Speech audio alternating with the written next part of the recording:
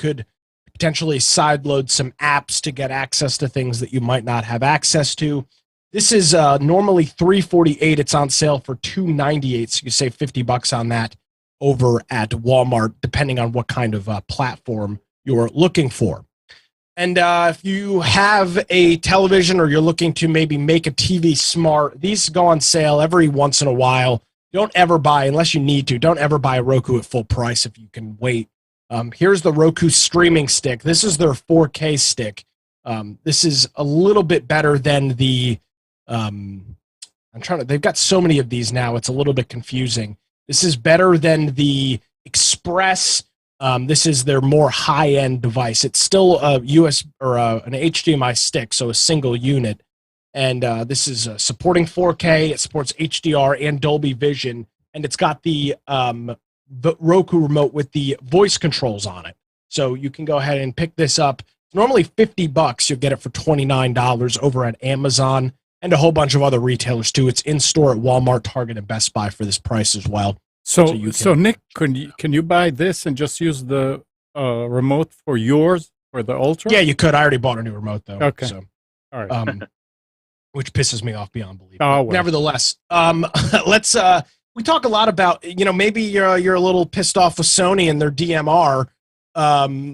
Maybe you want to roll your own media. Well, here's a way that you can do it for a beginner, I'll say, or somebody that's not looking to get into something as advanced as Gal and I talk about with having a computer set up and Docker and all these different things. Well, here's a QNAP 4-bay NAS enclosure over at B&H Photo. And they've got 3 different variants, a 2-bay, a 4-bay, and a 6-bay, depending on what exactly you're looking for. It does not come populated with hard drives. You'll have to get those yourself. This is the 4 gig model. It's $439. You save $110 on it.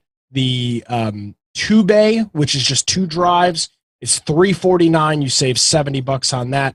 And you can get the big boy, the 6-bay, for $559. Save $140 on that. So if you're looking to maybe jump into Plex or something like that, QNAP has always, and God, unless you've heard anything as of late, they've always been good middle-of-the-run NASs to buy. They support apps and things like that on it. It does have 2.5 gig Ethernet, which is pretty interesting. So pretty fast connection to your network as well. Awesome. You could check that out over at, yeah. That's just the drive bay, right? Correct. No drives. 4 bays. 4 bays means you can set up a very reliable storage solution. Yeah, you could have essentially two parity drives in there, and yeah. Unless you have a fire or a flood, your data is pretty much secure. Yeah. And that's also, I think it's the same price over on Amazon and a couple of other retailers as well. So take a look at that. For the next one, I'm going to turn it over to Amnon for this Microsoft Office Professional 2021 license. Amnon, what is this? I just came across a story yesterday. This is coming from Popular Science. The story was, if you wanted to have Office, even they were going that even though there are free offerings of Office like the LibreOffice and OpenOffice, people still want to have Microsoft Office, but it's expensive. So if you want to, now you can get Microsoft Office Professional 2021 lifetime license. Now, it's not just for Windows. They have a Windows and they have a Mac. They're either or. You can't. It's not the same one for both. But if you want the Mac, you need to go and go to Popular Science, and you probably see it, and you can get the one for a Mac. And actually, I think if you go to that page, you can check that you want the Mac. You can check. Yeah. Yeah. And it's $39.99. That's it. It's lifetime license. It's lifetime updates. And it's not a subscription, because everything nowadays is subscription. Now, the thing is, at the very end, I mean, when you go through it, because I bought HANA one and got the instructions. I didn't get the license yet, the key, but it says something to go on to Microsoft. They give you Yes. the link. And You have to redeem it on a Microsoft Yeah. account. You're Yeah. not going to get a product code that you will activate with Word. You will have to have a Microsoft account, right. redeem it on Microsoft, and then log into Word with your Microsoft account. So this is not one of these secondhand codes that get put up and you have to use the Microsoft phone activator to activate it. Right. This is a real Microsoft renewed account. Now the thing is, access. like what Katie was just saying, it's not a subscription, but at the end of the instruction, it says do this and do that and do this, and now you have a subscription to Microsoft Office. So I thought that it's a standalone. Mm. It is, and but you still need an account. You still need an account. So Correct. that's unbelievable for $40. People that are, I mean, I know quite a few people that don't want to go and get a key from some of those places that sell it for $15 and $25, which is may not be absolutely legal, but it's legal. It's legal key. It's just Well, that it the works. way you get it, yeah.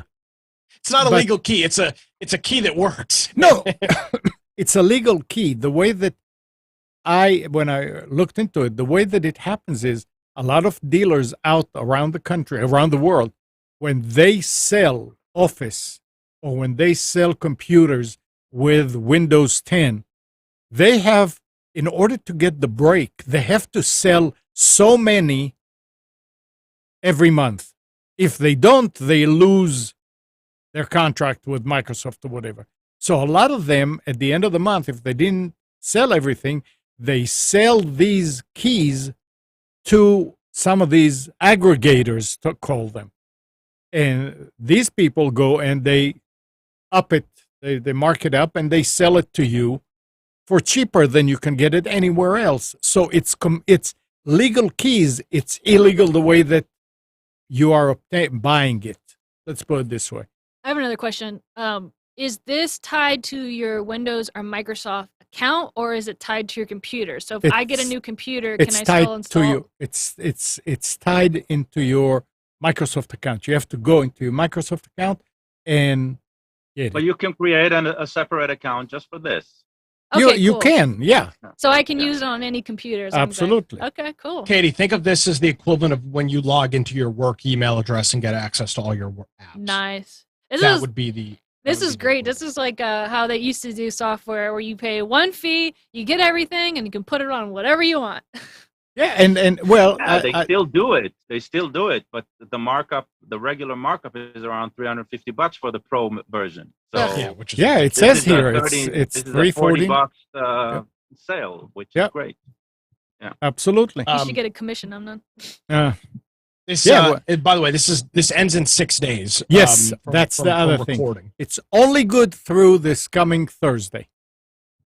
Okay, so So- now we know why Rogers went down. Everybody were rushing and they just couldn't handle this. I think this actually came out, and I can't say. Thursday is the 14th, by the way. Just, in case somebody is watching this and they're like, what day is it? That's the 14th. Yeah, it's a deal. There's no doubt about it. 'Cause Now, but hold on, I want to say something. So Yeah. when did you buy this? last night, And you didn't get your key yet? no, they said that it'll take 1 or 2 days to get the key from Microsoft. You're going to get the key from Microsoft. That's weird. Interesting. Okay. Why Well, does it take so long? Hopefully, I don't hopefully know. you'll have an update on that next week. Yeah. All right. Link in the specials document on the sidebar. All right. Moving on to our last normal product. It's a refurb, so take that for what it's worth. But if you are looking for a what is the word I'm looking for? A color laser printer. This is a pretty good price for this, and Canon makes great printers. This is their Image Class Multifunction 641CW, so it is wireless. It's a refurb. These things are normally about $230, $240, $250 is what I found them online. But you can get this refurbished model. It does not come with any toner, so no sample toner because it is a refurb. Mhm. You can get it for $160 over at Walmart. Not available in store.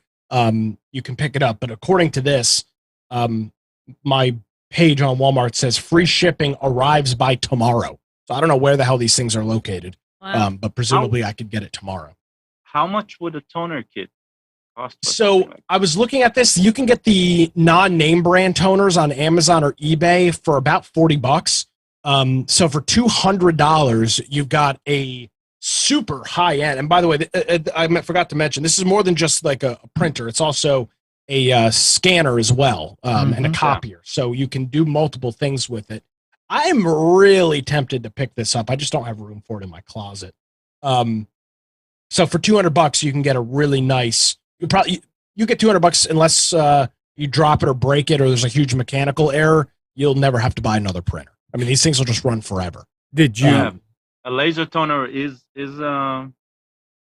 enticing. It's I use inkjet right now, and I know that if I won't use the printer for a long time, right, then I'm looking at trouble. This is interesting.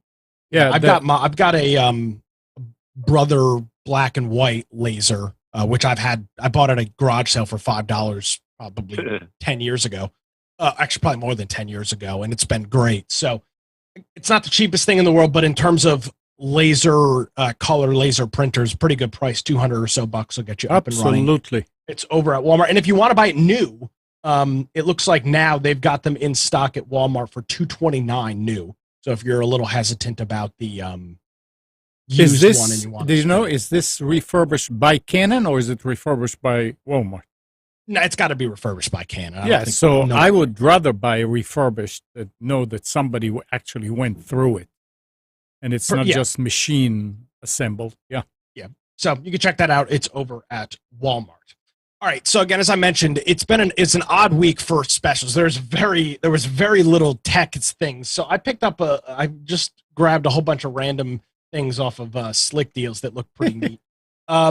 So let's start off with this. Here's an interesting thing. They call this a portable refrigerator. It looks like a cooler, but it has got a full compressor in it. Yep. And you can plug it in via a regular 120 volt outlet like you'd plug into the wall, or you can connect it through a cigarette lighter adapter. So it's a portable refrigerator, 20 quart, 12 volt freezer. It'll hold, I believe, where were the specs? It'll hold 20 cans like a soda or beer can. It'll hold 15 water bottles and 4 2-liter bottles, so like large soda bottles. Apparently, it'll keep ice cream frozen. You can put frozen vegetables and fruits and stuff in there. It'll hold that stuff apparently for about 5 hours, and it will. It'll run for about 5 hours with a portable power station that you can get alongside with it, or you could just plug it into a car, and it'll also keep your stuff relatively insulated. So you can check that out for $175, but make sure you click the link in the specials because there's a promo code. It's $250 on Amazon. You have to put in the promo code on Slick Deals. That you'll find that link in specials. Moving on, this is a phenomenal deal for a keyboard. This is the number one best-selling mechanical gaming keyboard on Amazon. This thing is normally $130. I don't know why it's for sale, and I don't know why it's so cheap, but it's the EVGA Z15 RGB gaming keyboard. It's got hot swappable silver switches. So not the keycap. It's more than just the keycaps being swappable. You can actually swap the underlying switches. So if you are wanting a different switch, maybe you're not a fan of the silver switches and you want reds or blues or browns, you can swap those out and kind of play around with this.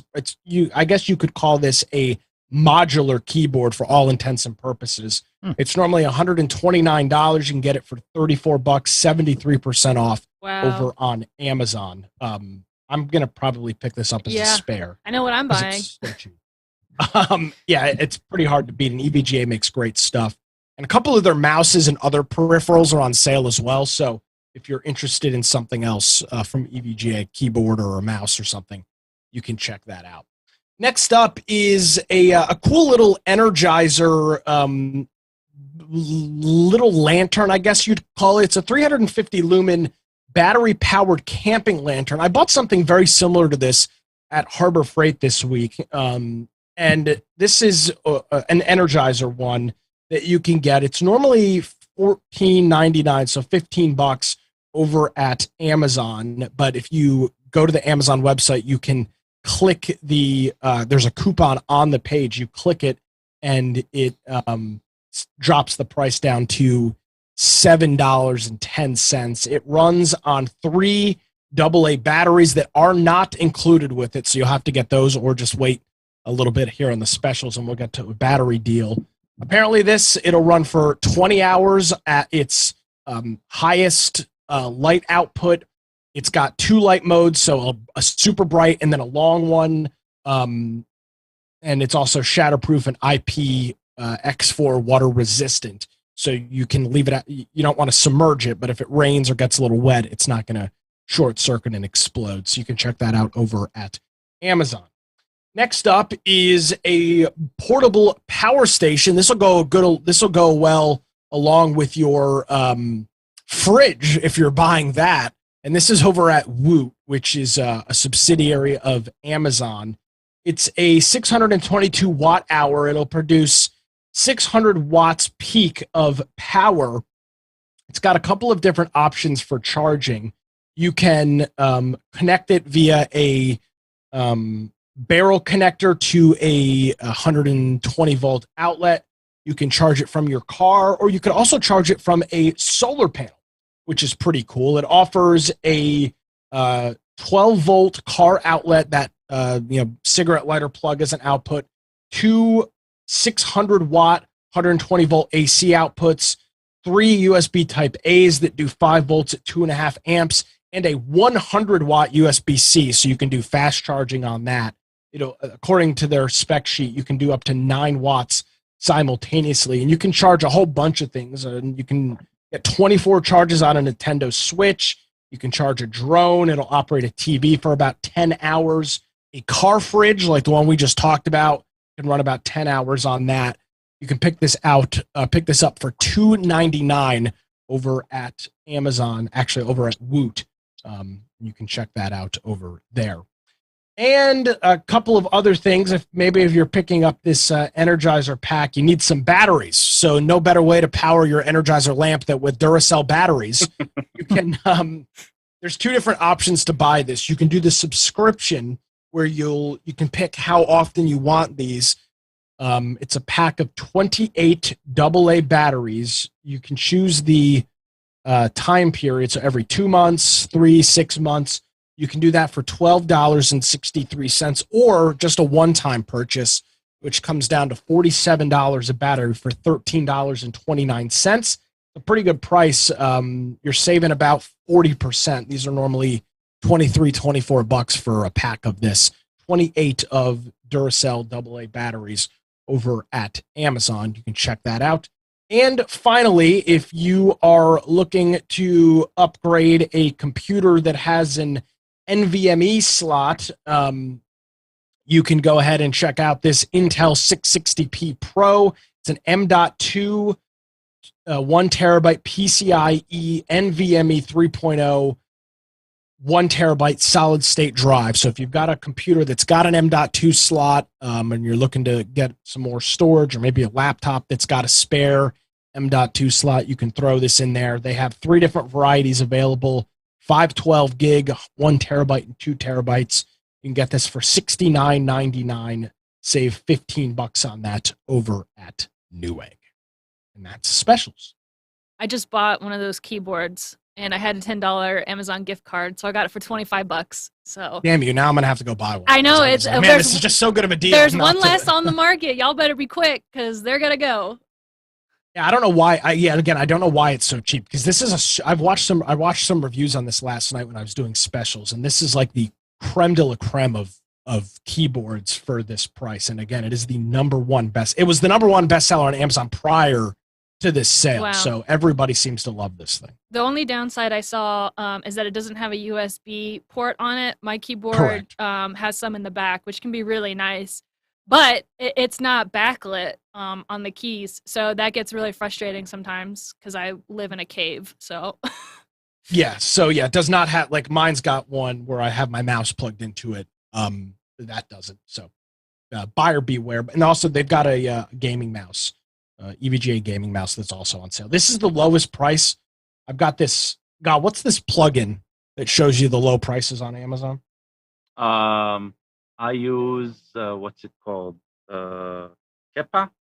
Yeah, I think that's what Yeah. it's called. Yeah. This is the lowest. They've been tracking this keyboard for 515 days. So since Wow. March of 2020, February of 2021, this is the lowest price it has ever been sold for. There you go. Check it out.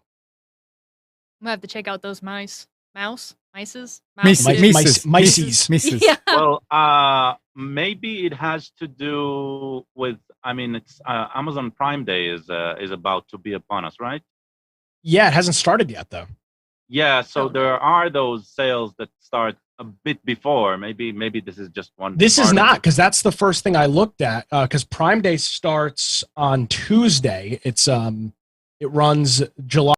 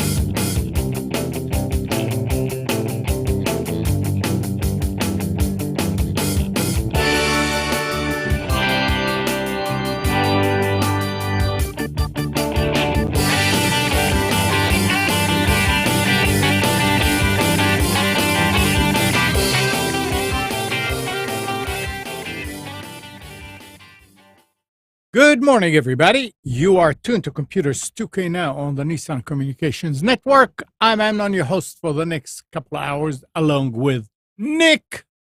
Good morning. Good morning. Good morning. And Katie's here. Good morning. And Gal is here. Good morning, everyone.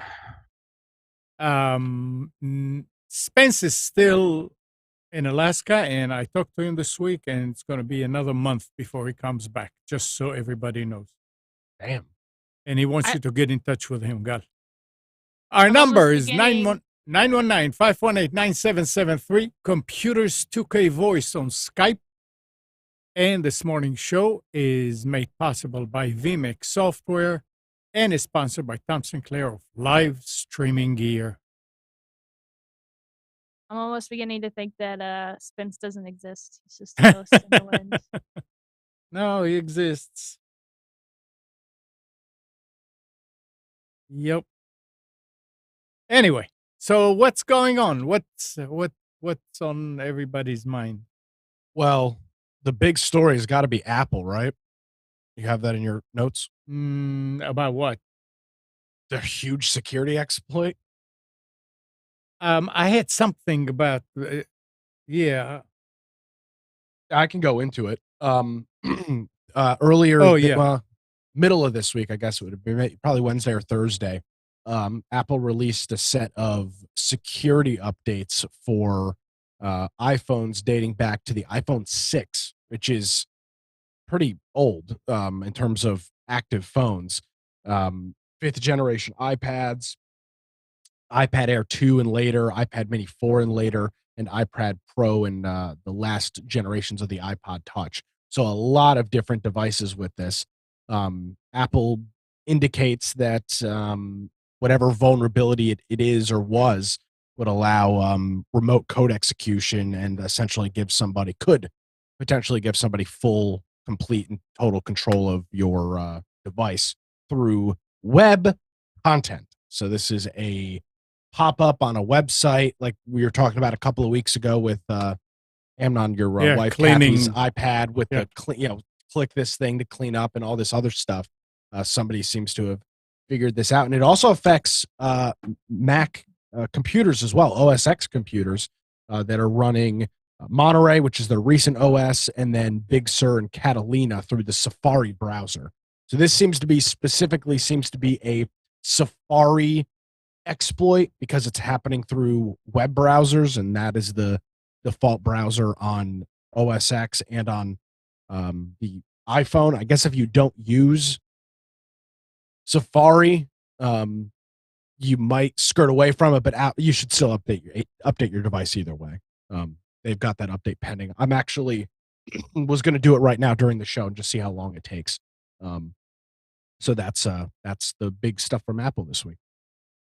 I think that's big news because whenever I talk to somebody that's a super Apple fan, they always talk about how secure it is and you can't mess it up or whatever. But it sounds like it's vulnerable like everything else.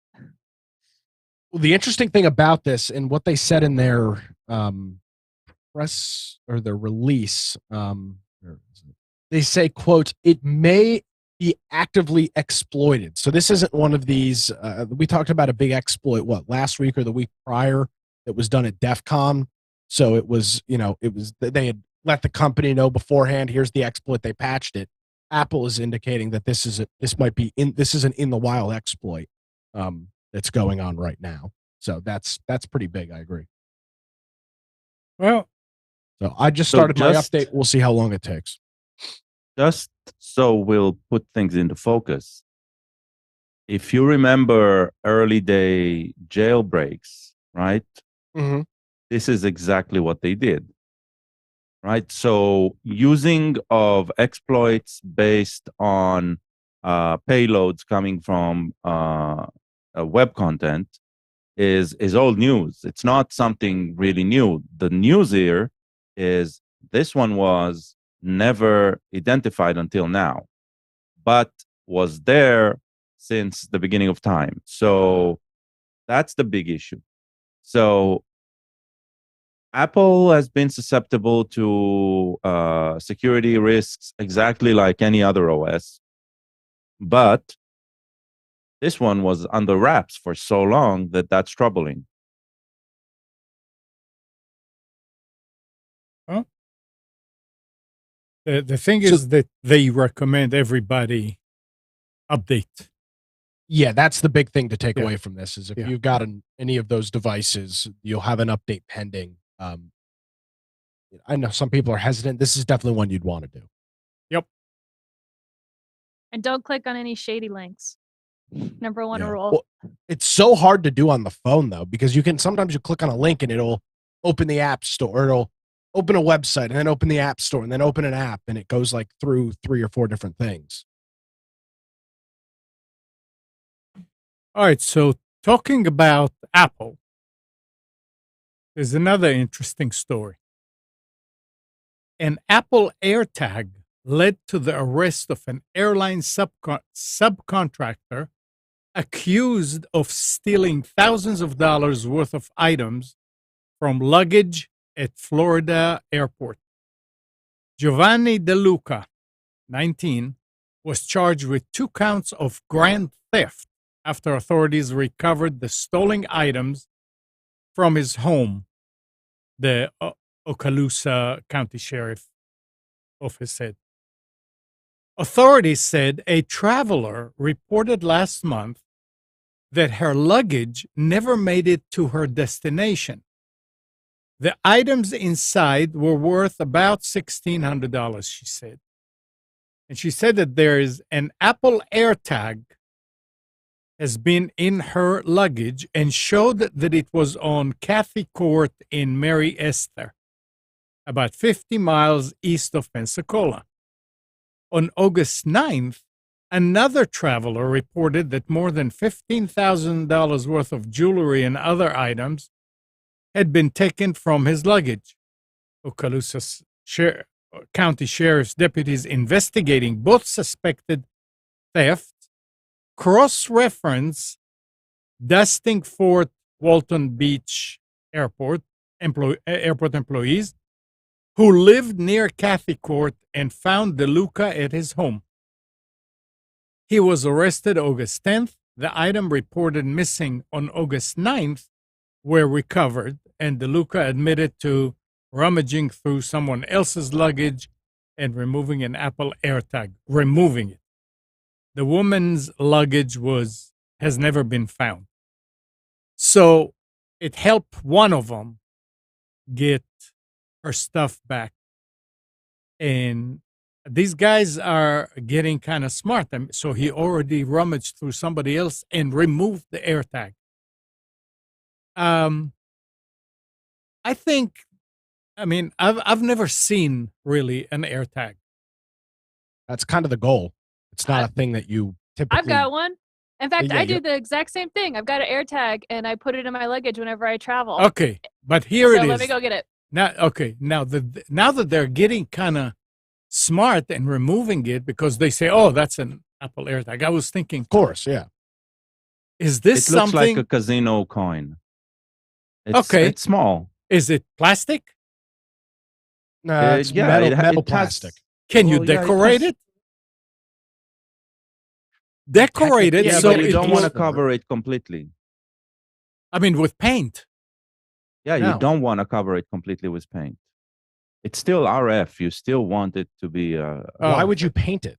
I mean, just something It so wants to it doesn't camouflage look it. like it anymore. You put it into a different clothes. So you say, "Oh, Well, you that's-" could put. There's cases they sell for it. You Yeah, could but I put it mean, in these a guys are case. looking for them. That's the thing. Well, yeah. But and so I'm you wondering- paint it. It's still going to be. They're still going to wonder what the hell this cylinder, this little coin Yeah. thing is in your. Okay, your here's luggage. here's an Apple tag, and I have it in a case like you were just talking about.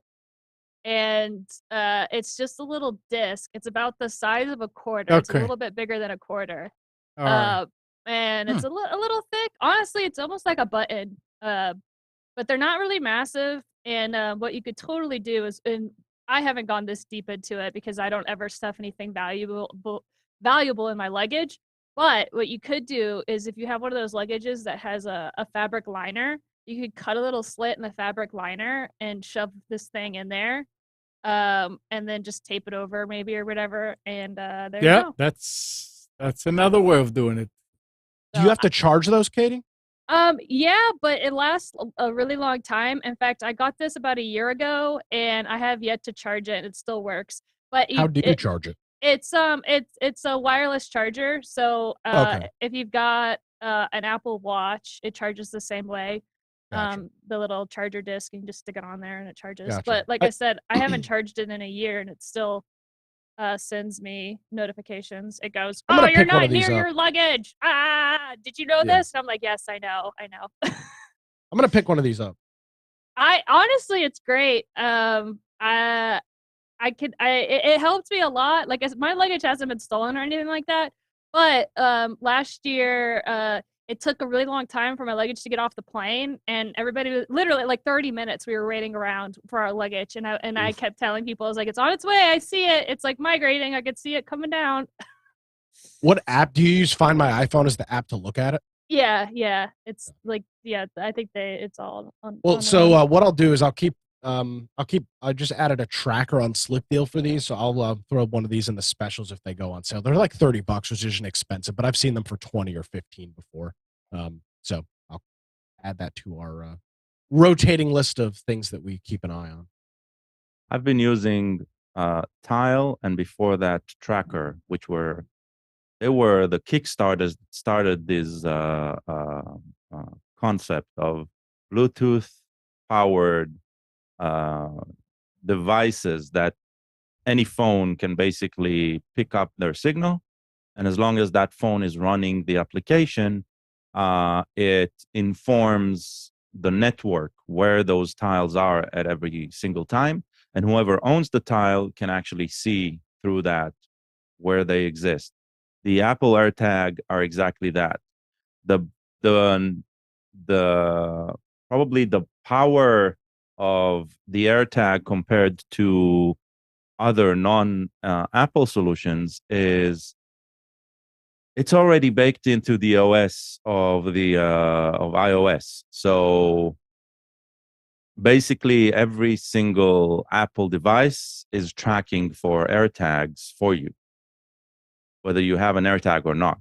Another thing of note too that you just mentioned, that it's like everybody's tracking the Apple thing, is that so there was these stories in the news a lot last year about people finding that their cars were being tracked.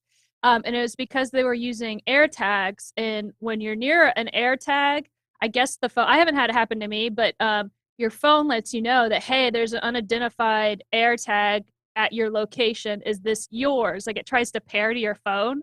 Right. And that's how people were figuring out that their car was being tracked or they're being tracked or whatever, because their phone would be like, hey, there's a tracker on you. But the thing is that the tone came in after people were being tracked with it. So this was Apple's solution of letting you know that your phone is reporting on another tracker. Right? So it started by abuse. The tone came after abuse was already being used. So Yeah, I mean, it was the being tone was used to just the stalk. update. Yeah. It was being used to stalk and track predominantly women. Throw a magnet on your car, and then they can track you where you're going. Super scary. Jacob has got a question in the chat. He says, my iPhone does not have enough memory for this update, which mine just finished, so it only takes a couple minutes. It requires 3.6 gigabytes. What should I do? That sounds like a larger update, but let me recommend this. If you've got obviously you have an iPhone, and I'm not a fan of subscription or subscription services, but I really think that if you have pictures and stuff, which is what all that space is going towards, pictures or music, which is a problem. Delete some of your music if that's the problem. But Apple offers a very inexpensive version of iCloud that you can pay for storage. Mine is 99 cents a month, I think is what it is. Yeah. And I think you get 5 or 10 gigabytes. No, you get 50. I don't think it's 50 for 99 cents on the iPad of Kathy's. No, you're right. You're right. You're right. It is 99 cents, and you're right. It is 50 gigabytes of iCloud plus storage. It's $1 a month, $12 a year, and it will back up all of your pictures and things on iCloud. Once they're on iCloud, you can delete them from your phone, and they're still on iCloud. I had this problem on my old phone before I updated and got more storage, and it's videos that really kill you.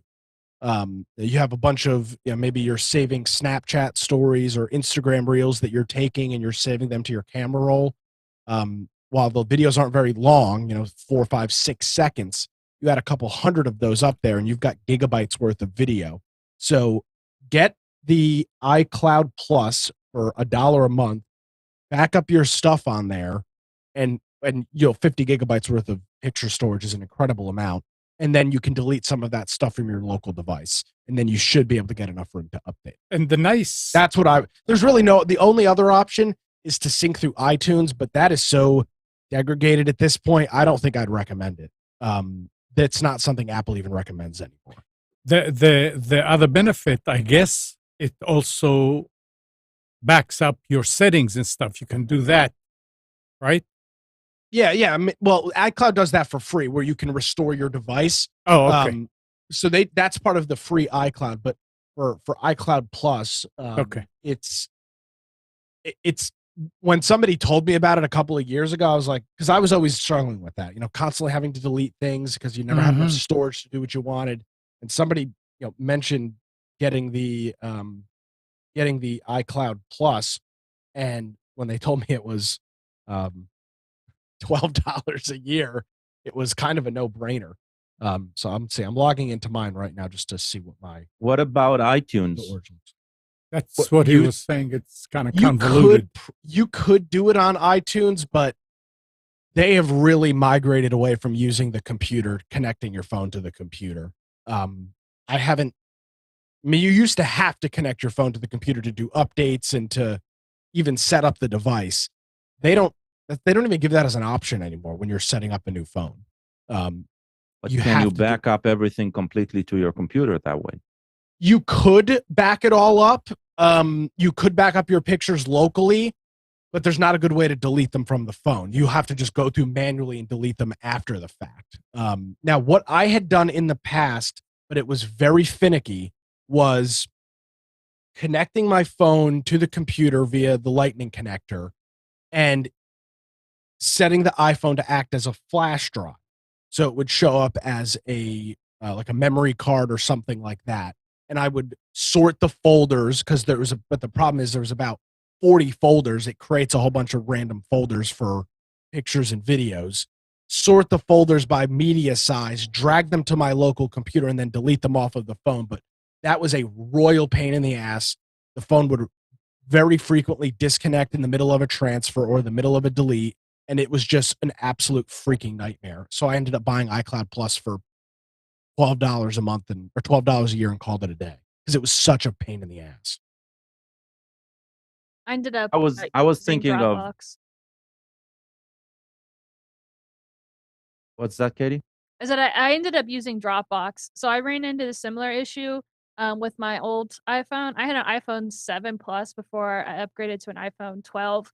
Another thing that eats up a lot of space is that when somebody sends you a video, like in a text message or whatever, your phone saves it, even though you don't save it. And so I remember at the time, this might be different now because they're always making tons of updates, but I had to go in and tell my phone not to do that, to like not save the text messages or whatever, or not save the photos and all that stuff that friends and family were sending me, because it would store it. So it would like store it in the history of the message. So if you're texting your friends and you've got a text chain that's like 2 years long or whatever, it like stores all of that information, or it did. I don't know if it still does. It still does. Okay, yeah. So I had to like go in and be like, no, stop doing that, because literally it was like 10 gigabytes of just useless like videos that were years old that I didn't need anymore, that I didn't save, but my phone saved for me in case I ever wanted to go back and see it.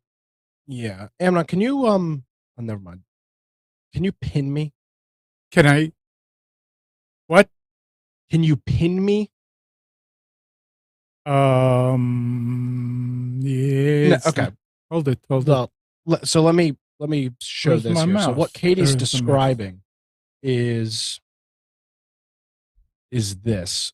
So this is my messages. Let's see, can I put this sideways? Ooh, that's fancy. So this is my messages thing inside of settings, and you can see Katie mentioned 10 gigabytes. Yeah, I've got 6.7 gigs of data in a text message thread. So you can go through and you can see the different things that are taking up size. Photos. So I've got so many photos in these various messages, taking up almost 5.5 gigs. Videos nearly a gigabyte. GIFs and stickers almost a gigabyte, and then whatever other is probably audio files and stuff there. So there are a whole bunch of things, and you can see this. This is under iPhone storage. You can see what's using up space. So for whatever the hell reason, I don't know why my podcast is. Oh, I guess my podcast is downloading itself every day. So I've got 13 gigabytes of my show downloaded, which I didn't realize I had. And you might not realize it. I don't use the Apple Podcast app. I have no idea why that's downloading. But you can see everything else. Games, Diablo Immortals using 6 gigs. Twitter, Outlook, Reddit. Photos is obviously going to be your largest. And that's under, so you go to Settings, General, and then iPhone Storage. And then that's where all of that stuff is. So, Jacob, that's what I would recommend. Go through that first and see. Like, for example, I don't know why in the hell I have 109 episodes of this podcast downloaded. But that's an option to that. You'll probably find out that you can clear a whole bunch of stuff up. I guess I need to unpin you. No, I don't know if you ended up pinning me or not. I did pin you. Oh. Well. Wait a That's second. cool that you were able to share your I phone on need your to- computer. You're going to have to tell me how to do that, because You- it's very useful. Buy a video software called vMix. It's $1,000, and then install the NDI software. Oh, GG. Okay, well, maybe not. Shoot. How do you unpin? Really? I would do something else. No need for vMix. You can use a remote.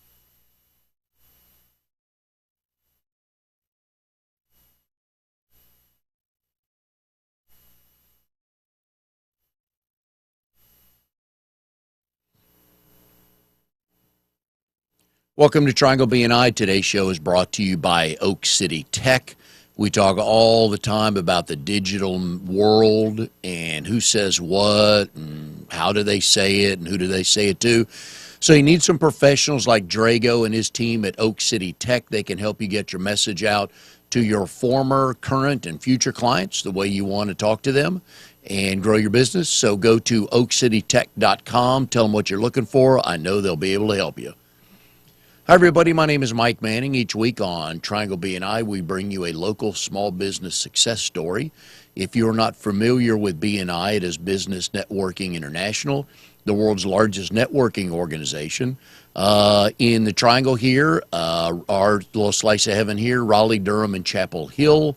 Each week, there are about 31 chapters and about 530 members that meet. Our job is to help each other grow their business.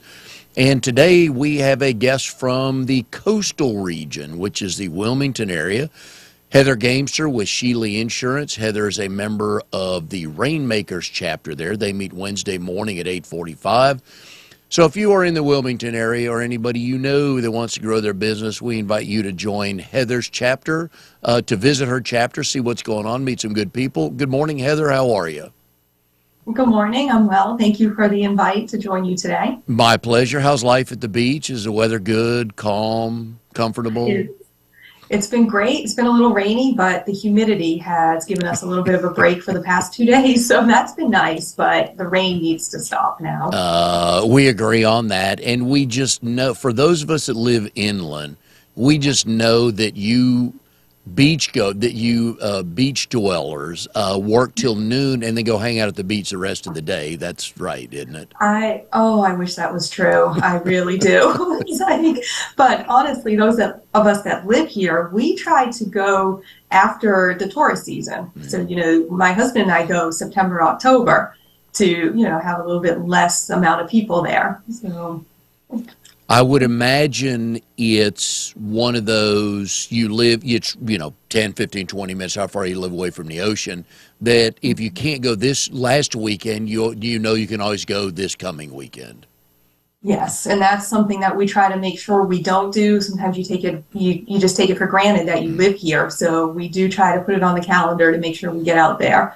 Our big thing is kayaking. So we can kayak right down the street from our house. So we enjoy doing that a little bit more than just sitting on the beach when it's 90 degrees and humid. Yeah, really. Are these solo kayaks or dual kayaks?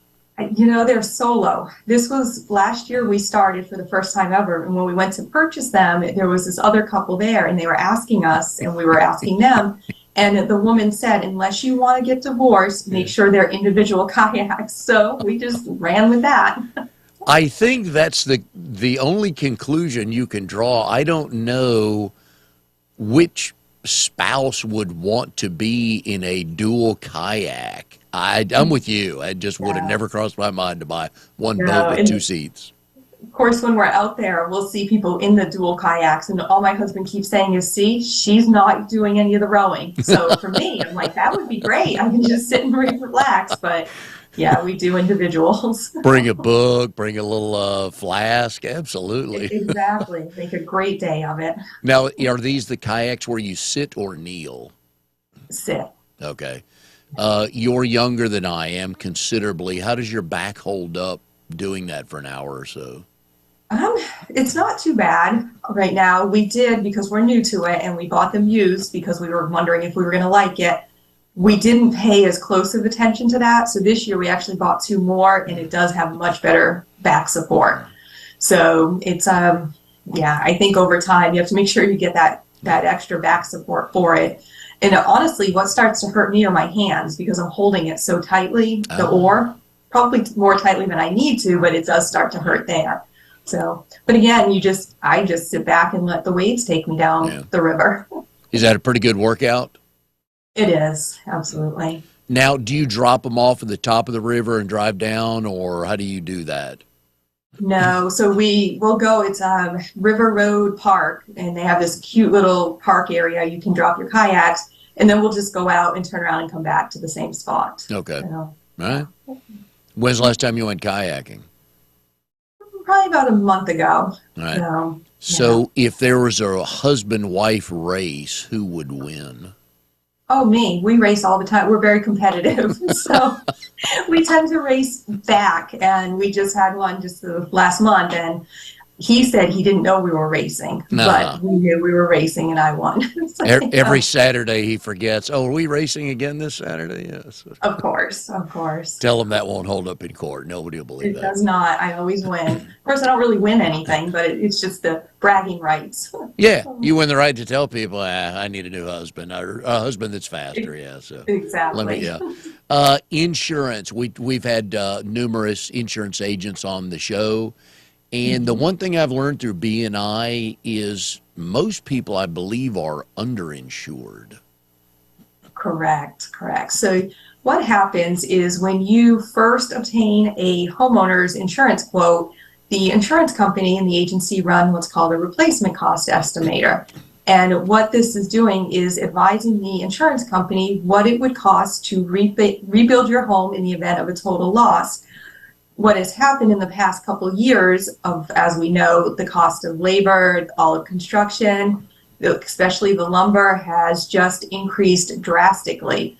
So what we tell our clients and homeowners is you really need to make sure that you're getting updated replacement cost estimators done, that you may think you're saving a couple dollars to underinsure your home, but in the event of a total loss, you want to be sure that you have enough adequate coverage to rebuild your home.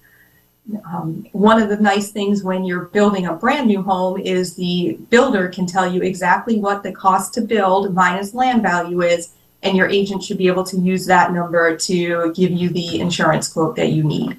Yeah, and the other thing I've learned is most insurance agents, I don't know if I'll say most, there are a good number of insurance agents that don't follow up with their clients. And there are many clients that don't call their agent and go, oh, yeah, we bought a new car, we sold a new car, we've done this, that, or the other. And you need that interaction. That's why one of the reasons I love BNI is it's taught me to shop local. So you have your agent's phone number, and the agent actually checks in with you maybe every 6 months or so to see what's going on. Correct. What I highly recommend is it's your home. You are the homeowner. It's your vehicles. Make sure any change that you do, contact your agent. I know at our agency, you can give us a call, you can email us, you can text us, you can chat on our website. You can, there's so many ways to get in touch with us. If you purchase a new vehicle, we're not going to know that. We don't, the DMV, your car salesman, they're not going to tell you. Some car salespeople will tell you that they're going to contact your agent. You need to as well. You're the one that's driving the vehicle. It's your responsibility.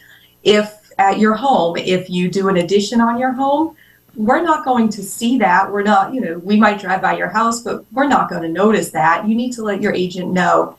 If you get a new dog as a family member dog, or you put in a swimming pool, contact your agent.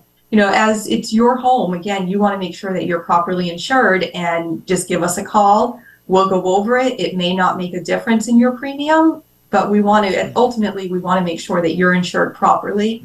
And you want, as the homeowner, as the vehicle owner, you want to make sure your assets are properly insured as well. So that's like a screened-in porch, a patio, or a pool, anything like that? Anything you do to your home, especially anything that you do to your home that is increasing the value of your home, you need to let your insurance agent know. We want to make sure that we have you properly insured for that. In the event, again, from the insurance standpoint, we're looking at the event that your entire home is destroyed. The insurance company wants to put you back how you were, so we need to know if there's been any changes to your home. And we'll do little things that we just don't think much of it, or that it won't impact it. And truly, you need to just call your agent and say, hey, here's what we added. You do. And like you said, we're a local agency, so there's so many ways to get in touch with us. Just keep that relationship open. I have a lot of my clients that will just send me a quick text. We're thinking of getting a trampoline for the kids. How will that affect it? And I text them back and we go over it.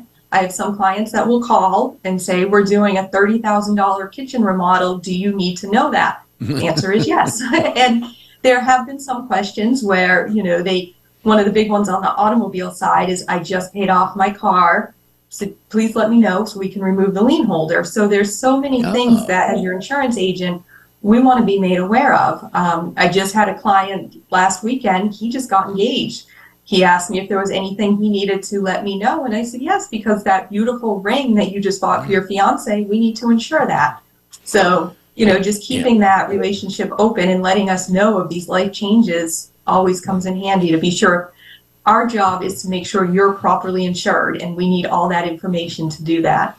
And that leads into my next question. But before we go to that, anybody looking to buy a trampoline, make sure your medical insurance is really up to date, because chances are there's going to be a broken arm or a split chin or something like that. We didn't have one growing up, but I had friends that did, and and it's usually guys. They're about 13, and they go, "Hey, That's right. is that limit too high for me to jump off of onto the trampoline?" Right, and that's usually where it starts. It's guys trying to do, "Hey, y'all, watch this move." Exactly. But talking about the engagement ring, most of us, I'm sure we're told at some point in time to videotape or just record, walk through the house and record everything, just a photo of the chair, pictures, TVs, beds, everything. What percentage of people do that? Very, very small percentage of people do that. And I don't know why, because especially nowadays, you have your phone in your hand, you have the video. What happens in the event of a loss, so a hurricane comes through and destroys your house, the insurance company is going to ask you what you had. I mean, they need to know, because most insurance policies are written for replacement costs, so it'll be like, kind, and quality that they'll replace it with. So they need to know, did you have a TV in every single bedroom? If so, what type of TV? Yeah. There's a big difference between a 12-inch and a 72-inch. And the thing that people don't tend to remember or realize is when that happens, you've lost your home, you've lost all of your stuff, you're stressed out, you're very upset. It's going to be very hard to sit down and remember everything. If you can just take a video, it goes up on the cloud, you can go through, and it's much easier to remember, okay, I did have a dresser in that bedroom as well. And on the flip side of that, homeowner policies, the standard homeowner policy is written for what the majority of people have in their house. So majority of us, if it's a 3-bedroom house, you have 3-bedroom sets, maybe 3 TVs, a living room TV. If you have items such as a lot of jewelry or fine arts or things that other people may not have in their household, we need to, again, talk to your insurance agent, make sure it's insured properly, and make sure there's a record of it. You don't want your house to burn to the ground and all of a sudden you're trying to convince the insurance adjuster that you had, the statue of David in your living room. Yeah. It's going to be very hard to prove that. So take pictures. Video is the best thing. Walk through, just document it as you're going, save it. It goes to the cloud. You can also send it to your insurance agent. But nowadays, I mean, you have ways of bringing that up if you need it. So. Yeah, because my initial thoughts are jewelry, electronic items, artwork, and we all forget about what in the world's in our garage. Absolutely. The best thing to think of is if you dump your house upside down, everything that falls out is what we're looking to insure. And, the majority of us did not purchase a house and go out and buy it all at one time. I mean, think of just your kitchen alone, all of the silverware, all of your dishes, all of those items that you don't even remember that you have. And then a garage is another one, especially if your garage is not organized. You may not know what's in there. And that's going to be very hard to try to pull that back out, especially, again, when you're very stressed out and very emotional because you're going through this awful thing of a claim. Yeah, I know my wife Becky and I are in the minority of people who have way too much junk in their garage. I know very few of us have that problem. So we're starting to go through it. If there's a word slower than slowly, we're going through it, whatever that word is. And Becky was grabbing some stuff from the boys. We have, half a dozen boxers, so with each of the boys' stuff separated. And trying to go through that stuff. And you're right, we're finding stuff from kindergarten. Yes. And our oldest was in kindergarten 31 years ago. So to your point, we have no idea what we have. Exactly. So, Yep. and I think I've done it. Some of my clients have done it. It's just such a fun afternoon. It's raining, and just go through your house and see. And then if you are looking to downsize at all, you've already gone through, and you can start getting rid of things that maybe you didn't even realize you had, and you can donate it. Somebody else can enjoy it. So there's so many positives of going through that type of exercise at your own home. Now you're mentioning the engagement ring, and you had an interesting weekend, right? So tell us about what you guys did this weekend. So our daughter, it just got engaged about a month and a half ago, and on Saturday, her and her fiance live in Raleigh. They came down here to Wilmington, and we went and looked at some wedding venues and reception venues. So it was, as anyone knows that have children, it was such a wonderful time, very emotional, but very wonderful. So hopefully they're looking in Wilmington, Savannah, Raleigh, in the mountains for where they want to hold the wedding. So hopefully they'll narrow it down at some point. Yeah. Did you give them a budget? No. But it's going to be, I think it's going to be a group effort to pay for this wedding. Yeah. It's nice to have sons. And probably the nicest reason is we just get the rehearsal dinner, not the wedding. So that's a big plus. We've been having, my husband and I have been having talk about how there are some traditions that have been kept alive, and then there's other traditions that have not. Luckily, our daughter's marrying into a great family, so I think it's going to be a little bit of both sides going, let's just give these guys what they want. Let's make sure it's a wonderful blessing of a day, and because it adds up quick. Oh yeah, the wedding portion. When your daughter brought her now fiance home for the first time, was your husband cleaning guns or putting oil in the chainsaw or anything cool like that? He wasn't, but it was so cute. So when Nate is our daughter Lexi's fiance, when he decided he wanted to propose, he tried calling me, but I was at a work event and I couldn't answer. So he called my husband to ask for permission, which is one of those traditions I hope continues to live on. Yes. It was wonderful. My poor husband, though, he was like, what did I wasn't prepared. What do I do with this? So luckily there was no question. We were, of course we're going to say yes, he's this great guy. But it kind of threw my husband for a loop that he had asked, that he had called and asked, which was wonderful. But I was not home to help my husband through that. Yeah. Now, if I can give you some future in-law advice. Yes. Tell Nate what to call you. Don't leave it up to him, Mrs. Gamester. That's very uncomfortable, but that's my soapbox right there. Oh, yes. We already went through that when they started dating. First names, because you're right. I did not know what to call my in-laws, and it's like, excuse me, hello. You just do everything you can to not use a name. So. Yeah, and the reason I pass this advice on is because my mother-in-law pulled me aside because she had the same thing with her mother-in-law that you do, or at that same situation, and her mother-in-law never said anything. And my mother-in-law pulled me aside probably a couple months before the wedding and said, here's the deal. I'm Shirley. You can call me Shirley. You can call me Mom. You can call me whatever you want. Call me something. Just don't go, hey. And so, yeah. So she's Shirley. She's Grandma. Grandma's a grandmother. Gigi is a great-grandmother. So I used to use all three. That's what we do with my mother-in-law and my mom. Somewhere along the lines, they lost a name anyway, and they're called by their grandparent names, so which is kind of nice. I give this advice all the time to parents that are going to have a daughter-in-law or son-in-law. It's very uncomfortable, so just tell them what to call you. Exactly, and you're right. It's a whole different world, and. To have, we're going to start calling him our son. He's such a great guy, but it is so it's a different world that once you're into it. But eventually, hopefully, that world will land me into grandparent world like you. Oh, it's the best club ever, people.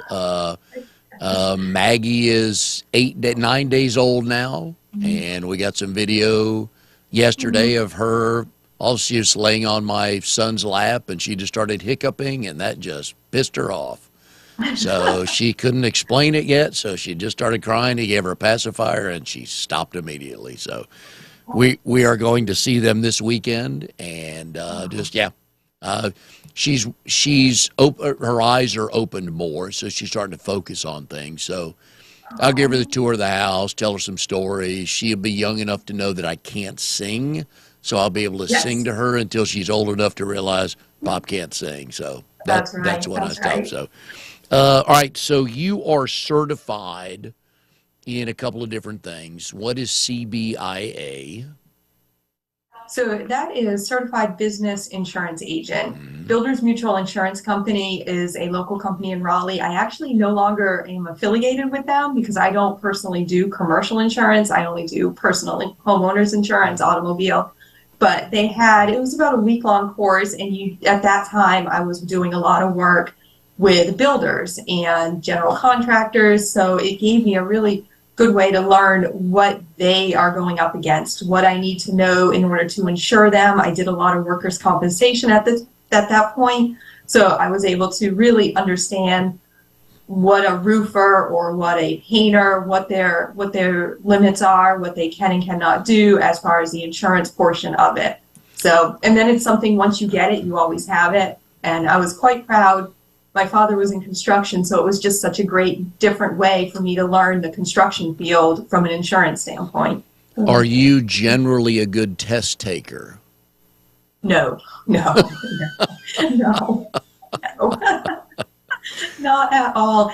In fact, here at Shealy, I've been an insurance agent in North Carolina since 2005. Just last week, I became a South Carolina insurance agent, and that was one of the things that had me very nervous was the test, which testing in insurance is not hard for me any longer because I know so much about it. I spend my personal time reading about it, but I just get that very nervous. Like I can tell you all day long what an insurance policy entails until you put it on a test, and then all of a sudden I'm like, I've never heard of insurance. So. Back in the day when we were living in Daytona Beach, I was a business broker for a couple of years, which I enjoyed. And in Florida, you have to be a licensed realtor to be a business broker. And so I had to take that test. And so I studied. I drove from Daytona to Melbourne once a week for 6 weeks or whatever, take the class. And then went and took the test. It's on a computer. And as soon as you hit submit, the people at the front desk get your test scores. And so I'm done. I'm walking up front, and this nice lady said, "Sir, come with me." And I'm like, oh, my God, I failed. I put all this time. So we go into a room. She goes, "Congratulations, you passed."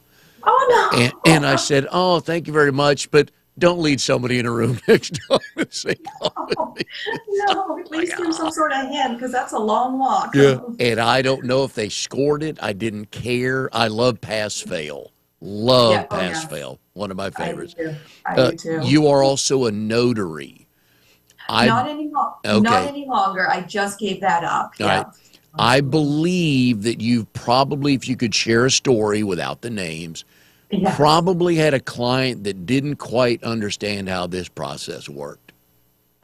We have. So, like I said, I did just recently give that up, but I did have, it was not a client at any agency. It was actually somebody that lived in our old neighborhood who decided that he was going to be very helpful and sign everything before bringing it to me. Mm-hmm. And then he thought, being even more helpful, he would just leave it on my porch with a little text message, "Please be sure to notarize these, thank you." Yeah. And he was less than happy when I explained that that's not how it works. I need to watch you sign it. You need to be in front of me. I need to ask you some questions. And it did. He, unfortunately, some of that paperwork had to be regenerated, and he did not come back to me to notarize anything ever again. So that was really the one story. And then I had a story that an attorney's office called me because the paralegal, she knew me, not very well, but she knew who I was. She asked me about a signature I notarized, and I didn't. And I went through my notary book, and I was racking my brain. I was so nervous. She called me back and said it was a different Heather. So that was the first one I had that really just freaked me out. I mean, I was like, I don't remember. I looked at, as a notary, you keep very good records of everything that you've done. It didn't match up. I was quite relieved when she called me back because I thought somebody must have stolen my stuff, even though I had it in front of me, or I didn't even know. So those are my two stories that kind of went towards I'm not renewing. I'm just not going to do it, unfortunately. People need to understand that the purpose of a notary is to watch you sign it, not just say, Yeah. "Oh yeah, this is signed." Yeah, and he was just being so helpful. And I, if you're not a notary and you haven't had things notarized, that that's what it is. You want to, if somebody's doing you a favor, you want to be as helpful as you can. But don't sign before your notary watches you and IDs you and asks you questions. Yeah. One of the fun things I get to do over the weekend is do some intel on upcoming guests, just to get things to talk about that intrigue me. I don't need to know facts. I don't need to know important stuff. I just need to know things that intrigue me. Yeah. So I'm on the Sheely Insurance website, and I see this a lot in real estate, is there are 2 professional photo poses. There's one with the hand on the hip and one with the arms crossed, and you nailed both of them. Thank you. I always, there's some great photographers that do some work, and I always feel bad when I know I have to go and visit them. I'm horrible at taking my picture. I think they always have to work so hard, but they do. Everybody I've ever had my pictures taken from have done a great job, for sure. And those do seem to be 2 good poses. I see a lot of realtors with those poses, and it does seem to work. It gives me something to do with my hands, which is very important. And that's hard to do in any photo, even for guys. Hand in the pocket or not. My favorite, I'm going to see if I can pull this off. My favorite realtor pose is the arms folded and the head back. Oh, yes. And I don't get that. I'm sure somebody started that, and I'm sure somebody tells them it means this. Right. I don't get that, but it cracks me up. Yes. I feel for people doing that. So I'm reading through some stuff of yours, and let's get to Lance first. One of my favorite questions on the show to ask married couples is, how did you meet? So how did you and Lance meet, and do you both tell the story the same way?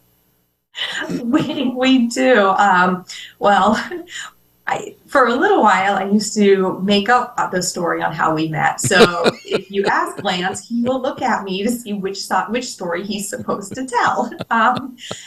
Years ago, I was like, we'll just tell the true story. And unfortunately, now the true story that I have to tell is we met at a bar. I was there, a good girlfriend of mine at the time, just broken up with a boyfriend. She called me. She said, let's go to the bar.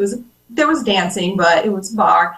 And he was there with some of his friends. And the thing about my husband is he's very shy. He doesn't just talk to people. So he had come up to ask me to dance, which is something he had never done before. So, which was wonderful. But there was a lot of alcohol involved. So for a long time, I was like, let's just tell people we met at a night out. And that was it. But it's obviously worked. We've been together for a while. So, but no one likes to have to tell people that we met in a bar with alcohol. Now, when he was walking over to your table, did you know he was coming for you? No, I didn't even, until he was standing there, I hadn't even noticed him. Good. Make sure you throw that in too when you speak of your current husband. I do. It's so funny. But I told him a week later, we went out on a proper date, went out to dinner, and I told him later, and of course not that night, that I knew I was going to marry him that night. I was just over dinner. He kept saying he wasn't sure, but I knew. So he didn't really have he had a choice, but I already knew what was going to happen. Is he that good of a dancer? No. You were just that drunk? Okay. I think so. He's just, and you're married as well. You talk to that person that you just know is your person, and that's what happened. My husband's a really great guy, so much patience. He has to. He's very patient, which is wonderful. Except when you're not working and there's no commission coming in, right? Yeah, yes. He's he does have some poor jokes going on. Now, to give everybody some context, so Heather and I have known each other maybe a month now since I started working with the Wilmington Group. Yeah. And you're one of my favorite people I've met down there. And I told 2 people that off camera, and I'll tell you that on camera. We connect. Yes. And Heather changed jobs recently, so you had a Friday off, right? Yeah, correct. So you had Yes. one day off before you started your new job on Monday, and that Yes. drove you crazy. You personally, didn't it? It did. So I was at another place for almost 9 years, and I decided to make the move to Shealy, and I've been here. This is my 5th week now. Best decision I've made. It's outstanding. But I had stopped working and then took one Friday off just to make the final decision and make sure everything's where I wanted to be.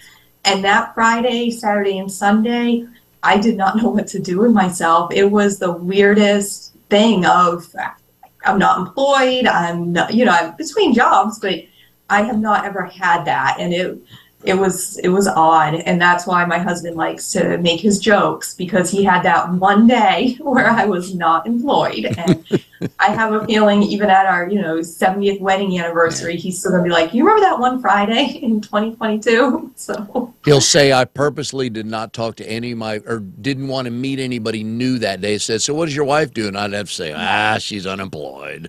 Exactly. So Now, you're okay on vacation, just not unemployed for a day. correct. Oh, It's okay. because I love insurance, and I know that sounds so weird, but I love what I do. I love insurance. I love helping clients. And even when I'm not officially working, like in the office, I'm stopping at open houses, I'm stopping at realtors, mortgage brokers, auto dealerships, anything I can do to just get it out there that, give me a call, let me help you. Well, that Friday, Saturday, and Sunday, I couldn't do that because I didn't have, it was just me. I didn't have a backing of a brand name, Shealy Insurance now currently. So, of course, Murphy's Law, that Saturday, there were some great houses up, open houses that realtors had. And I'm like, okay. And Friday, I just sat around, it's just not, just sitting around not doing much is not really a me thing. So. Now, you talk about how by the way, you're not a horse owner, are you? No. Because when I Googled your name, this very successful horse owner up in the Pennsylvania area, I know you're from the Northeast, I thought probably not, hadn't come up in conversation, but I like to ask just so I know the answer. So my husband's side, my husband's family, his grandparents, they passed away since, in Massachusetts, they had a riding academy. So he comes from a very big horse, so it could be maybe a portion of that. But no, I'm highly allergic to most animals, including horsehair, so I do not. But my husband grew up with it. My daughter can ride once in a while. She actually mostly enjoyed just brushing the horses. So. Now, you have one of the coolest last names, Gamester. I mean, there's so many neat things you could do with that. I think you and I talked about your new rap name when we first met. We had some fun with that. So Lexi's going to be marrying out of Gamester. She is. She can't be going to anything cooler than that, right? I don't think so. Her last name will be Sudeth, which is great, except, it's not the Gamester. It's, She might want to keep Gamester. I mean, that rocks. So it is. It's a lot of fun. So as I'm doing some reading on you, I saw that you and Lance were in the Polar Plunge 5K earlier this year. We were. So it's something that's done for the Special Olympics. And my husband and I, Lance and I, did the 5K, but then Lance himself jumped in the water. That was not something that I was actually going to do. But they do it every year down at Carolina Curry Beach, and it's a great way. All the benefits go to the Special Olympics. And one of the things, I don't know if you'd seen this on some of my social media, my sister has 2 children that have Down syndrome. So of course the Special Olympics, we did this in honor of them, and it was a lot of fun. 5Ks that's great for me. Like I said, my husband and some of our friends jumped in that freezing cold water. That was not something I was willing to do. Now, that's a great cause, and I want to keep you as a friend, but I saw your time for 3 miles. Was there a headwind that nobody ever saw before? Kind of, we slow. mostly walked it too. Yeah, we jogged, we walked. Yeah, Lance and I, we try to walk about a mile and a half, 2 miles every night, but we walk, we stroll, and Yeah. that was kind of the same thing. At one point, because we were so far behind people, we decided to jog, but then all of the volunteers, they're standing out there, they're clapping for you, and I got embarrassed, so that I slowed down even more. And yeah, it was luckily they let everybody finish, no matter how slow or how fast you are. Well, and I stopped when I found your name, which was 148th place. I didn't scroll down to see. I'm going to tell the story that there were 4,000 entrants. That's So I'm going to right. tell that story, not Yes, 400, that's 4,000, exactly. right? Yes. I've had a couple friends run either the New York Marathon or the Boston Marathon, and what they learned was whatever you write on your shirt, that's what they yell out. So hey, go, whether you put your first name or whatever word or phrase you put on your shirt, that's what they yell out. And I thought, oh, that could be really fun and really embarrassing depending on what you put in your shirt. And I'm sure people put stuff on their shirts. I'm going to have to start listening. I didn't realize. I'll start listening for that now. So next year when you run, if you do it again, put something clever or funny on the front of your shirt that they can read. Because normally you're wearing the bib with the number on there. So they can track you should they not find you after, 48 minutes, 51 seconds, right? But yeah, so come up with something clever like that and see if the volunteers yell that out. Exactly.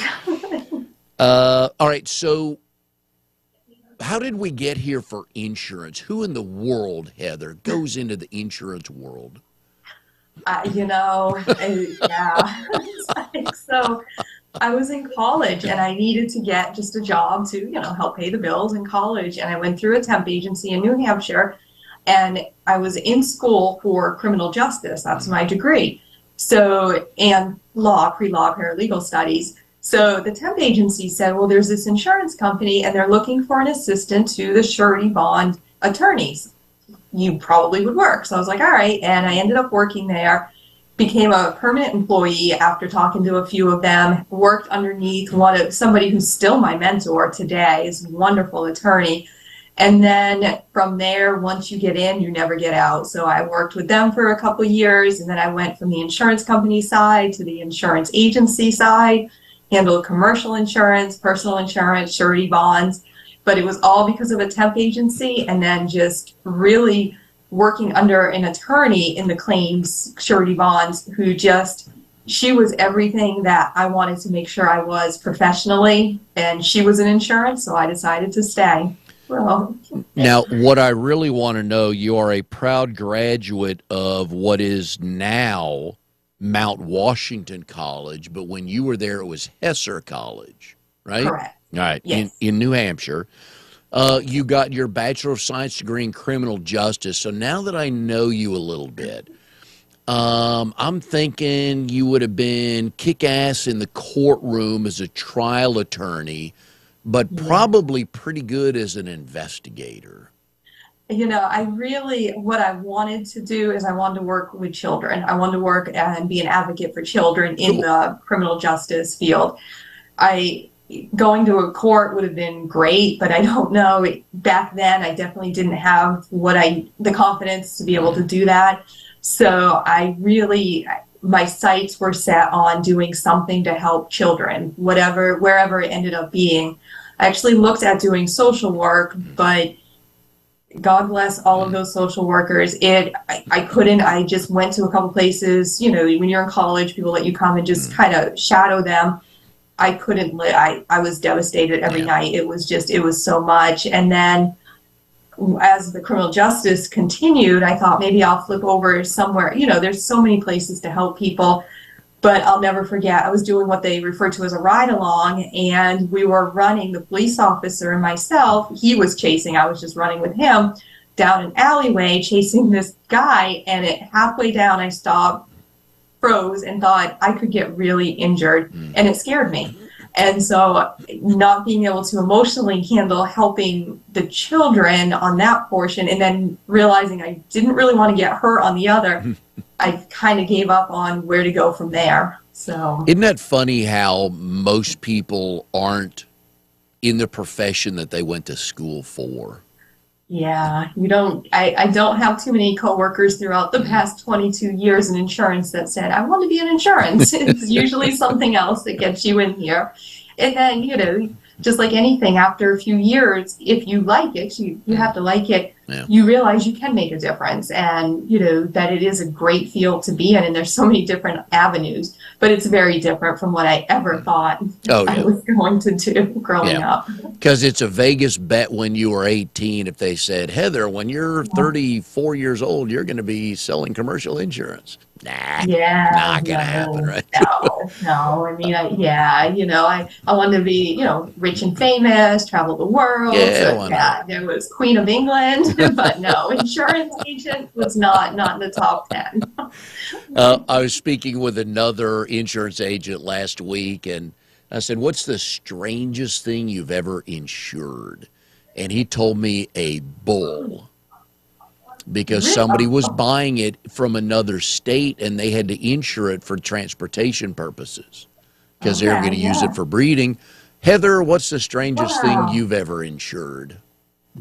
I definitely can't top that, because I'm thinking if that comes across my desk, I'm going to reach out to you to find out who to insure that with. I got you on that. It's like, that's a great one.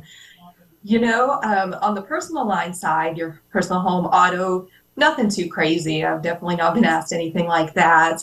When it was commercial side, it was very interesting. Somebody reached out to me and wanted me to insure their illegal business. And you cannot. You cannot insure something that's illegal. So that was an interesting one to, and again, biggest part of my job is to educate you. This person called because they really thought that they could. So, whereas you and I laughed, and I can tell this story now, I had a very good conversation to educate them on why we can't insure something that, is illegal. So that was always a weird one, and it kind of stuck with me because I was able to learn how to talk to somebody.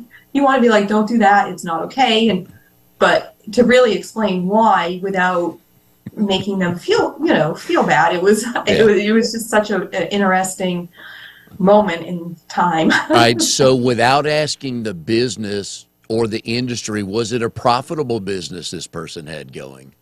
Well, as you can imagine, I within a few months, I just kept my eyes and ears on the news, and it probably not too profitable because I did see that he was became a resident of the state, a visitor of the state. So no, that was not. He not quite. And I was very happy, as was my employer at that time, I'm sure, that we were not associated with the insurance portion of it. So, I like the fact that he had the confidence that somebody out there might insure his illegal business. Well, he just, like he said, he loses a lot of money if something were to happen. And I'm like, I bet it, yeah. And I think what probably happened is he probably tried to, ask somebody else that's not in insurance, that maybe in law enforcement, and it was interesting that a couple months later watching the news. So. Hey, that's up there with a bull. I was thinking an object. I would have never thought an illegal business. That is outstanding. I've never had anyone ask me to insure anything out of the ordinary, and a bull is definitely that's a great one. So if you're not in insurance today, what are you doing? You mean for a living? What would you be doing if you weren't doing insurance? Working at a daycare or a school, working with children. So that's I'm one of those. I just met one of my newer coworkers, his child last week, and he's I think about 2.5, 3, and we just had a great time. And another coworker said, "Kids love you," and I'm like, "Yes, they do." So if it wasn't for do all of them love you, Heather? Not one. There is a wonderful person out here in the mortgage industry, and he brought his 5-day-old child in, and he every time I held him, he cried. And I was there, I was there last week. But in fairness to Heather, She gave him back to the dad. The kid kept screaming. The dad gave the kid to the mom. Kid shut up in a second. Yes, exactly. But the good news is the baby's father is a friend of mine. So as that, I'll have the opportunity to watch the child grow up, and I'm hoping our relationship, he doesn't cry. And yeah, I'm going to start just kind of working on him, making him not want, but. Yeah, but at that age, it's a crapshoot. I mean, at the age of 4, it can be, but at the age of 5 weeks, they want mom. That's who they've seen the most. Like, where's my mom? I'll recognize her. Just keep passing me to people outdoors. Exactly, which is what you want, because there's nothing better than when my daughter was little, she'd fuss with everybody else. I'd get her and she'd be happy, and that's exactly what you want. Except I didn't like sitting in the room and he crying every time I held him. All right, so real quick before we go, for the people watching and listening today, what's one thing they should do with regard to their homeowners or auto insurance? Especially while we're in hurricane season, you need to look at your insurance policies. Look at your deductibles. That's very important. You do not want to find out during a claim that you were unaware that you had a $2,500 homeowner's deductible or even a $500 auto deductible if you're not prepared to pay that deductible in the event of a claim. Like we talked about earlier, look at the replacement cost on your home. For a majority of the homeowner policies, you're going to see it listed as either coverage A or the dwelling limit. Make sure that that seems adequate to you. We're not insuring land, so this would just be what it would cost to rebuild the structure itself in the event of a loss to your home. We also talked about briefly personal property. If there's something in your home that you're not sure is insured, call your agent, double check, because again, you want to do these things before there's a claim. And make sure that you're looking at your policies. Flood insurance is always a separate policy from your homeowners. If you don't have flood insurance, even if you're not in what they call a high hazard flood zone, call your agent, get a quote for flood insurance. If you're in a preferred flood zone, it's very, very cost effective. Maybe look at getting that coverage in place. Again, we're in hurricane season. You don't want there to be a hurricane, and that's when you find out you do not have the coverage you thought you had. And that takes a little while to get approved, so you can't call today if you hear a storm coming towards North Carolina. It's a little late. It is, and when there are storms coming, the closer they get, the insurance companies go under what they call moratorium, which means we can't insure you till the storm passes.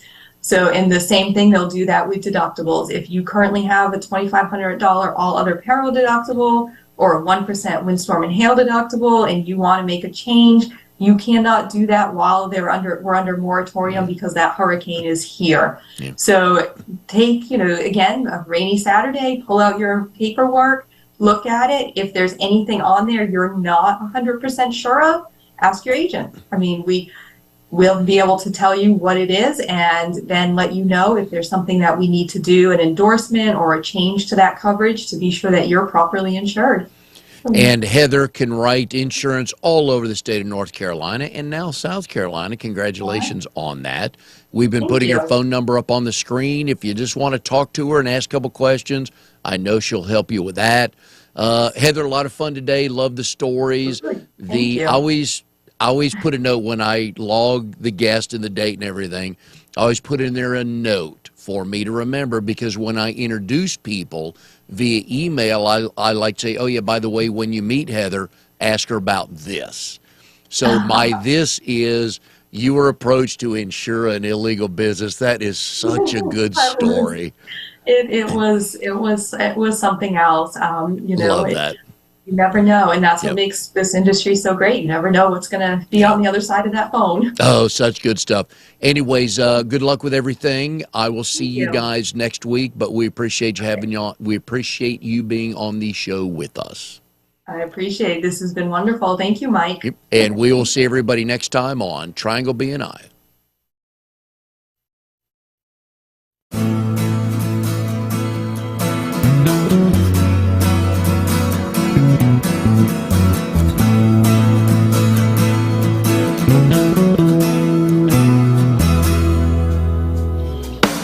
You are tuned to the Nissan Communications Network. If you tuned in too late, you can always watch each program in its entirety or download an MP3 audio file of it in the archives section at nissancommunications.com. Don't forget to subscribe to our YouTube channel, follow us on Twitter, and like us on Facebook. Sponsored by StreamingGear.com, Carolina Apparel, and DeltaForce.net.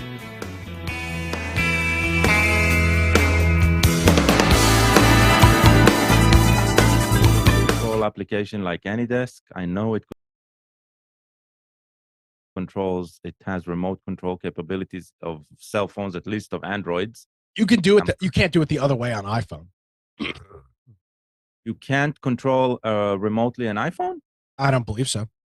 Come on. If Vimix can do it, so why not do it? It's not remote controlling. It's a screen. It's essentially a screen share. Still, then you can probably do that with probably. AnyDesk. Yeah. Right? So if you can screencast that, then that's enough, right? Just use some remote control. I wonder, you know what? I wonder if Zoom can share your screen on iPhone. It can. I've done that before as well. So that's all you need, right? Katie. I was about to say there's got to be a cheap alternative because a bunch of YouTubers do it when they make TikTok compilations.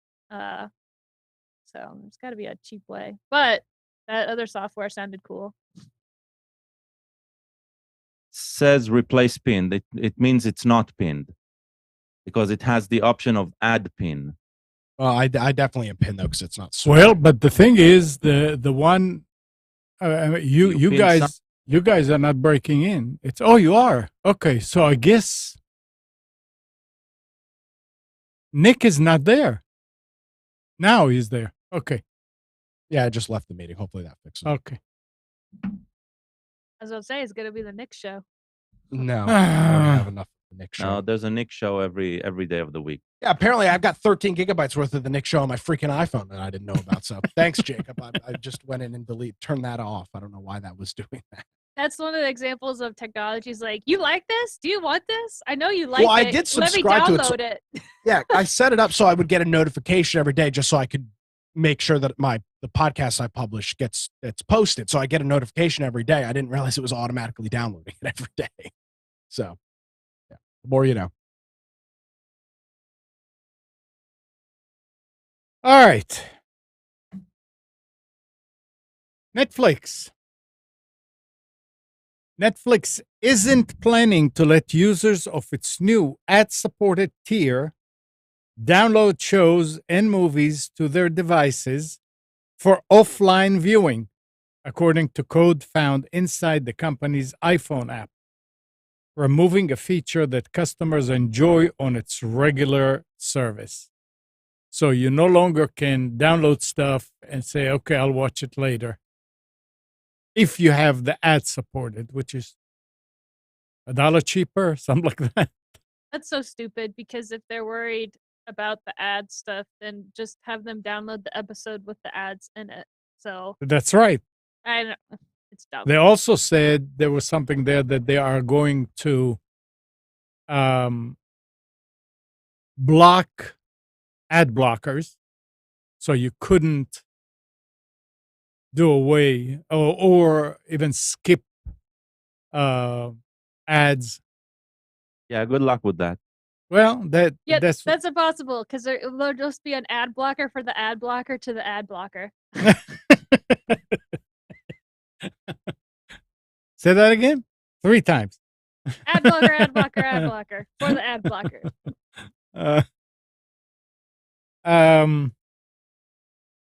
And since we're talking about Apple again and again here, Apple is aiming to hold the launch event on September 7th to unveil the iPhone 14 line. Whoa! I Rolling can't wait out for a higher number in the iPhones. Rolling out the latest version of a product that generates more than half its sales.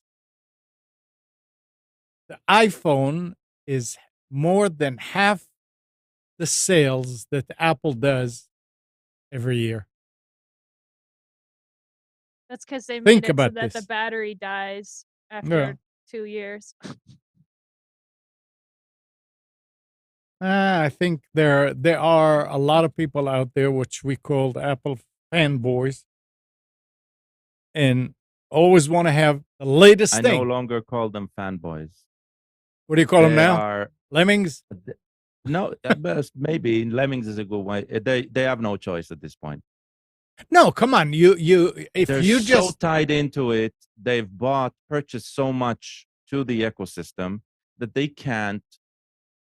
they won't make the decision to switch off, because it means, one, getting used to a completely